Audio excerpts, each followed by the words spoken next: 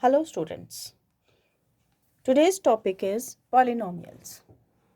The learning aims of the topic are definition and its examples, degree of the polynomial, types of polynomials, general form of the polynomial, geometric representation of linear and quadratic polynomials, zero of the polynomial. The definition of the polynomial states that a function px of the form px is equal to a0 plus a1x plus a2x square plus a3x cube plus anx raised to the power n is called a polynomial, where a0, a1x, a2x square, anx raised to the power n are terms of the polynomial, and a0, a1, an are their coefficients. The examples of the polynomials can be taken as x square plus x plus 1, 3x raised to the power 5 plus x plus 3, 2x plus 1, x plus 1, etc. Degree of the polynomial. The highest exponent of a polynomial is called its degree. The highest exponent here means the power of the variable. The highest power of the variable is called the degree of that polynomial. Example, x square plus x plus 1. Here the highest exponent is 2. Therefore, the degree of the polynomial is 2. 3x raised to the power 5 plus x plus 3. Here the degree is 5 as the highest power is 5. Types of polynomials. In class 10th, we are going to study about 3 types of polynomials: linear polynomials, quadratic polynomials, and cubic polynomials. Example of linear polynomial is 2x plus 1. Its degree is 1. Now, why is the name linear polynomial? When we plot a graph of linear polynomial, we will always get a straight line. Therefore, the name linear polynomial. The general form of the linear polynomial is ax plus b. It is very essential here that the coefficient of x should not be 0. That is, a should not be 0. If a becomes 0, then b will be left. That means it becomes a constant. In quadratic polynomial, x square plus 2x plus 1 can be given as the example. The degree of the quadratic polynomial is 2.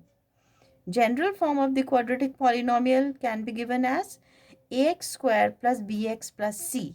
Here again, it becomes very important that a should not be equal to 0. If a will be 0, it means that it will reduce to bx plus c.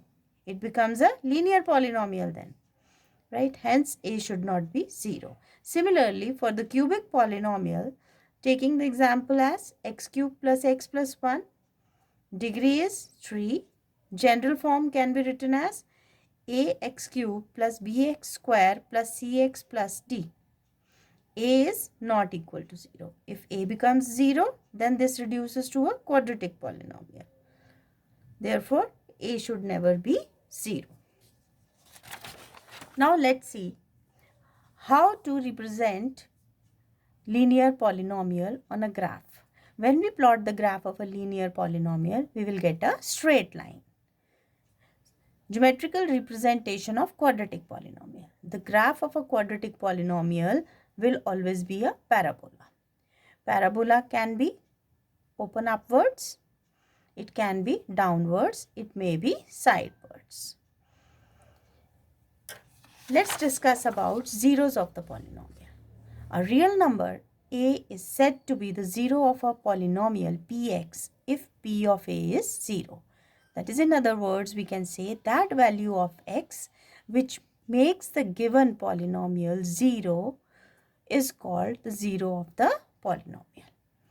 Geometrical meaning of zeros and number of zeros of a polynomial. For a polynomial px, the number of points where the graph cuts the x-axis gives us the number of zeros. For example, if we look at this figure, we get a upward parabola. It is cutting x-axis at 2 places. Hence, the number of zeros are 2. In the next figure, we notice that this parabola is not touching the x-axis at all, which means there are no zeros. In the third figure, we notice that this parabola is touching the x-axis at one point, which means it has one zero. Since we have just now discussed that the quadratic polynomial will always have a graph of the form parabola, right? And three conditions are there which show us that the quadratic polynomial can have at the most two zeros. At the most two zeros means either it will have no zero, or it will have one zero, or it will have two zeros.